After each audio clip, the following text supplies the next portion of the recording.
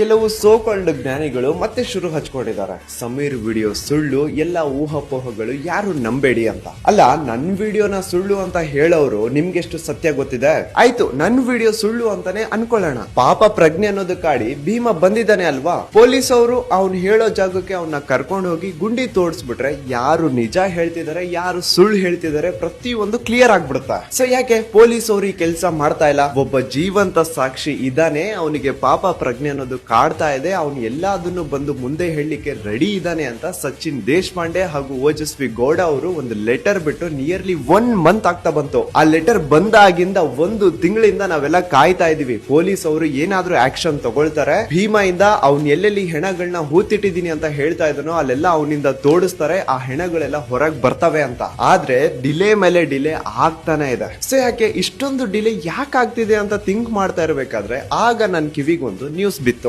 ನಮ್ಮ ಕರ್ನಾಟಕದ home minister Paramesh ಅವ್ರನ್ನ ಈ ನಕಲಿ ದೇವಮಾನವನ ತಮ್ಮ ಸೆಟ್ಟಿಂಗ್ ಸುರೇಂದ್ರ ಹೋಗಿ ಮೀಟ್ ಮಾಡಿದಾನೆ. ಸೆಟ್ಟಿಂಗ್ ಸುರೇಂದ್ರ ಹೋಮ್ ಮಿನಿಸ್ಟರ್ ನ ಯಾಕೆ ಮೀಟ್ ಮಾಡಿರ್ತಾನೆ ಅಂತ ಎಲ್ರಿಗೂ ಗೊತ್ತಿರೋ ವಿಷಯ. ಆದ್ರೆ ಪಾಪ ನಮ್ಮ ಹೋಮ್ ಮಿನಿಸ್ಟರ್ ಅವ್ರಿಗೆ ಸುಳ್ಳು ಹೇಳಲಿಕ್ಕೆ ಬರಲ್ಲ. ಈ ಸೆಟ್ಟಿಂಗ್ ಸುರೇಂದ್ರ ನಿಮ್ಮನ್ನ ಯಾಕೆ ಮೀಟ್ ಮಾಡ್ದ ಅಂತ ಪತ್ರಕರ್ತ ಒಬ್ರು ಪ್ರಶ್ನೆ ಕೇಳಿದಾಗ ಹೋಮ್ ಮಿನಿಸ್ಟರ್ ಅವರು ಏನ್ ಹೇಳ್ತಾರೆ ಅಂದ್ರೆ, ಇಲ್ಲ ಮೆಡಿಕಲ್ ಕಾಲೇಜ್ ಸಂಬಂಧಪಟ್ಟ ಹಾಗೆ ಏನೋ ಒಂದು ವಿಷಯ ಇತ್ತು, ಅದನ್ನ ಮಾತಾಡ್ಲಿಕ್ಕೆ ನನ್ನ ಹತ್ರ ಬಂದಿದ್ರು ಅಂತ ಹೇಳ್ತಾರೆ. ಅಲ್ಲ ಸರ್, ನೀವೇನು ಕರ್ನಾಟಕ ರಾಜ್ಯದ ಹೋಮ್ ಮಿನಿಸ್ಟರ ಅಥವಾ ನಕಲಿ ದೇವಮಾನವನ ಹೋಮ್ ಮಿನಿಸ್ಟರ? ಅಲ್ಲಿ ಒಬ್ಳು ತಾಯಿ ತನ್ನ ಮಗಳು ಕಾಣೆಯಾಗಿ 22 ವರ್ಷಕ್ಕಿಂತ ಜಾಸ್ತಿ ಆಗಿದೆ. ಆ ನಕಲಿ ದೇವಮಾನವ ಅವಳನ್ನ ಜೀವಂತ ಬಿಟ್ಟಿರ್ಲಿಕ್ಕೆ ಚಾನ್ಸೇ ಇಲ್ಲ. ಸೊ ನನಗೆ ನನ್ನ ಮಗಳು ಬೇಡ, ಅಟ್ಲೀಸ್ಟ್ ಅವಳ ಅಸ್ಥಿ ಪಂಜರ ಆದ್ರೂ ಕೊಡಿ, ನಾನು ಅದನ್ನ ಸನಾತನ ಹಿಂದೂ ಧರ್ಮದ ಪ್ರಕಾರ ಅಟ್ಲೀಸ್ಟ್ ಅಂತ್ಯ ಸಂಸ್ಕಾರ ಆದ್ರೂ ಮಾಡ್ಕೋತೀನಿ ಅಂತ SP ಆಫೀಸ್ ಮುಂದೆ ನಿಂತು ಕಣ್ಣೀರ್ ಹಾಕ್ತಾ ಇದ್ದಾಳ. ಇಷ್ಟೆಲ್ಲ ಕಣ್ಣು ಮುಂದೆ ಇದ್ರೂನು, ಒಬ್ಬ ಜೀವಂತ ಸಾಕ್ಷಿ ಬಂದಿದ್ರೂನು ಈ ಸರ್ಕಾರ ಏನು ಮಾಡ್ತಿಲ್ವಲ್ಲ, ಈ ಪೊಲೀಸ್ ಅವರು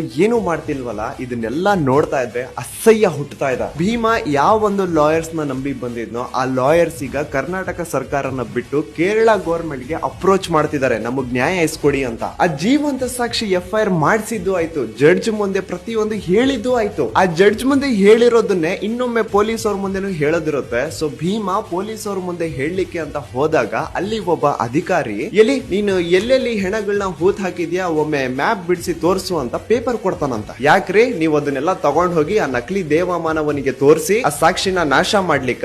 ನಿಮ್ಮ ಈ ಆಟಗಳು ನಡೆಯಲ್ಲ ಈ ಸತಿ. ಸೊ ಎಲ್ಲ ಕಣ್ಣು ಮುಂದೆ ನಡೀತಾ ಇದ್ರು ಇನ್ನೂ ಕಣ್ಣು ಮುಚ್ಕೊಂಡು ಕೂತಿರುವಂತಹ ಸರ್ಕಾರಕ್ಕೆ ನಾಚಿಕೆ ಆಗ್ಬೇಕು. ನೀವೆಲ್ರೂ ಇಂಟರ್ನೆಟ್ ಅಲ್ಲಿ ಪ್ರತಿ ಒಂದು ಕಡೆ #shame on ಕರ್ನಾಟಕ ಗವರ್ಮೆಂಟ್ ಅಂತ ಟ್ರೆಂಡ್ ಮಾಡಿ. ಫೇಸ್ಬುಕ್ ಅಲ್ಲಿ, ಟ್ವಿಟರ್ ಅಲ್ಲಿ, ಇನ್ಸ್ಟಾಗ್ರಾಮ್ ಅಲ್ಲಿ, ಯೂಟ್ಯೂಬ್ ಅಲ್ಲಿ ಎಲ್ಲಿ ಓಪನ್ ಮಾಡಿದ್ರು #shame on ಕರ್ನಾಟಕ ಗವರ್ಮೆಂಟ್ ಅನ್ನೋದು ಟ್ರೆಂಡ್ ಆಗ್ಬೇಕು.